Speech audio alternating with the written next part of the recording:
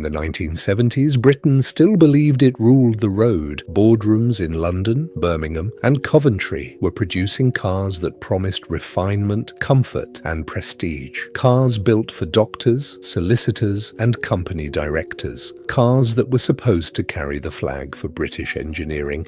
But quietly, across the North Sea, something was changing. German manufacturers were not just improving, they were rebuilding from the ground up. Their tolerances were tighter, their reliability was unmatched, their cabins were more sophisticated, and by the end of the decade, they had done something Britain never expected. They had made British executive cars look old. Today, we count down 10 British executive cars of the 1970s that were overtaken, outclassed, and in some cases, completely finished off by German competition. And number one on this list was once considered the finest car Britain had ever produced. Let's begin. Number 10, Triumph 2500 TC 1969 to 1977, British Leyland, Coventry. The Triumph 2500 TC was a car full of promise. It carried a 2.5-litre straight-six engine, producing 99 brake horsepower, refined for its day and smooth on long motorway runs. The interior was draped in ambler vinyl with walnut effect trim. For a British middle manager in 1970, it felt like arriving, but BMW was selling the E3, the 2500 and 2800 saloons, with engines that ran without fuss for hundreds of thousands of miles, precise steering, solid build, cabins that didn't rattle. The Triumph was charming, the BMW was engineered. Buyers noticed the difference. By 1977, Triumph quietly ended production. The 2500 TC never found a second wind. Number 11. No, wait, this is number 10. Let's keep going. Number 9. Vauxhall Victor FE 1972 to 1978. General Motors, Luton. Vauxhall positioned the Victor FE as a refined family executive. Its 2.3-litre overhead cam engine was modern for 1972, producing 108 brake horsepower. The styling was clean and American-influenced, wide, low, almost optimistic, but it rusted badly. Within 3 years of leaving the showroom, British weather was eating through the sills and floor pans. German buyers, watching the Opel record, mechanically its cousin, hold together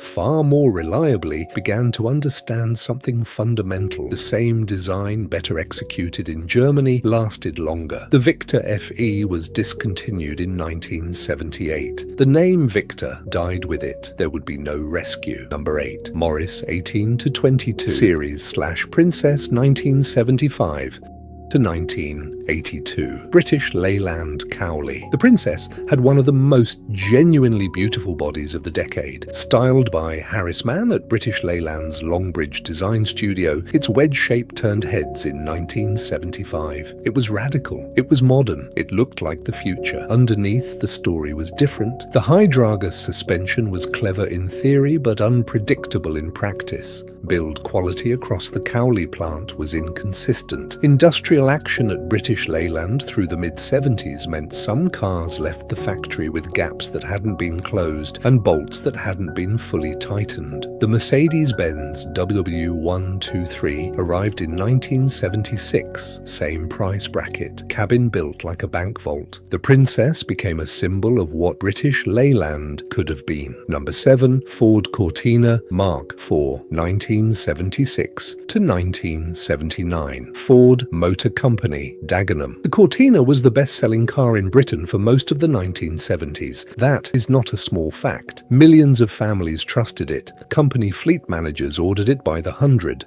The Mark IV, launched in 1976, received a facelift over the Mark III and offered a 2.0-litre overhead cam engine with 98 brake horsepower. It was competent, reliable enough, practical. But Ford in Germany was producing the Taunus and beginning the development of what would become the Sierra. Across Britain, Volkswagen was quietly introducing the Passat, clean, tight, well assembled. The Cortina sold on habit and fleet contracts. When buyers had a genuine choice and genuine money, they looked elsewhere. By the early 80s, the Cortina's era was finished. Number 6. Rover 3500 SD, 1976 to 1986, British Leyland, Solihull. The SD1 won European Car of the Year in 1977. Let that sit for a moment. This was a genuinely talented machine. Its 3.5-litre V8 engine, derived from a Buick unit manufactured at the Solihull plant,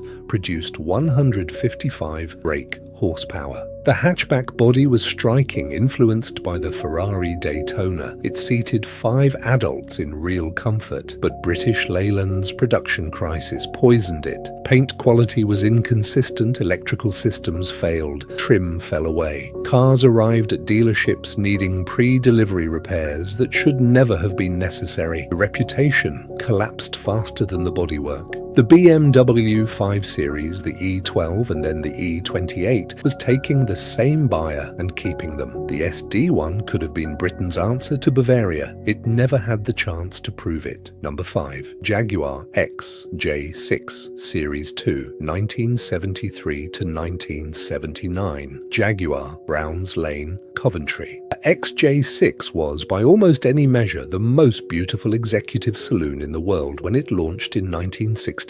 By the time the Series 2 arrived in 1973, Jaguar's Browns Lane factory was struggling with the reality of British Leyland ownership. The 4.2-litre XK inline-6 engine was still magnificent, silky, refined, producing 170 brake horsepower in standard tune. The leather and burr walnut interior remained genuinely sumptuous, but reliability had become a serious conversation. Electrical gremlins were persistent. Lucas components earned a bitter nickname among mechanics. Owners who drove them regularly began to need patience alongside their admiration. Mercedes was launching the W116 S-Class. Same prestige, far fewer problems. Jaguar was still making something beautiful, but beauty alone was no longer enough. Number 4. Triumph Stag, 1970 to 1977. British Leyland Canley. The Stag is perhaps the most painful story on this list. Launched in 1970 from Triumph's Canley plant, it was designed by Giovanni Michelotti, a name that carried genuine weight in European automotive design. The body was elegant. The T-bar roof was distinctive. The promise of a 3.0-litre V8 producing 145 brake horsepower felt genuinely exciting. But the engine was deeply flawed, overheating, head gasket failures, timing chain stretch that could destroy the unit. Dealers struggled to diagnose the problems. Owners who bought on hope found themselves stranded. Meanwhile, the Porsche 911 and the Mercedes SL were demonstrating what a properly engineered sporting Grand Tourer could do. The Stag died in 1977. A car this beautiful deserved better. Many owners are still angry about it today. Number 3. Austin 1800/20-200 Landcrab 1964 to 1975. British Leyland Longbridge. The Landcrab, so nicknamed for its ungainly proportions, was actually a technically advanced machine. Alec Isigonis designed it with the same front-wheel drive layout that made the Mini famous. The 2.2-litre 6-cylinder engine in the later 2200 variant was refined and torquey, but the cabin felt awkward. The driving position was unusual. The reliability record was mixed. German buyers, comparing it to the Audi 100, clean, light, professionally assembled, found it difficult to justify the British alternative. Even in export markets where British cars once had a romantic reputation, the Landcrab failed to connect. It ended in 1975 without ceremony, forgotten quickly, mourned by almost nobody. Number 2. Rover P6 3500 1968 to 1977. Rover Solihull. The Rover P6 3500 was the car that British executives drove when they wanted to signal that they had made something of themselves. The same 3.5-litre V8 that would later appear in the SD1 powered it to 144 brake horsepower. Ride quality was exceptional. The Didaon rear axle was advanced. Safety was taken seriously. Crumple zones, a padded fascia, years before it was standard practice. European Car of the Year in 1964, when the series launched. Driven by police forces, used as ministerial transport, but by 1977 it was aging against the BMW 5 Series and the Mercedes W123. The chassis was from a different era. The cabin, once considered sophisticated, now felt dated. Rover ended it without a direct successor ready. The SD1 was supposed to be the answer. We already know how that story ended. Number 1. Jaguar XJ12, 1972 to 1979. Jaguar, Browns Lane, Coventry. In 1972, the Jaguar XJ12 was the most extraordinary production saloon car on earth. A 5.3-litre vying 12 engine, 12 cylinders, 272 brake horsepower,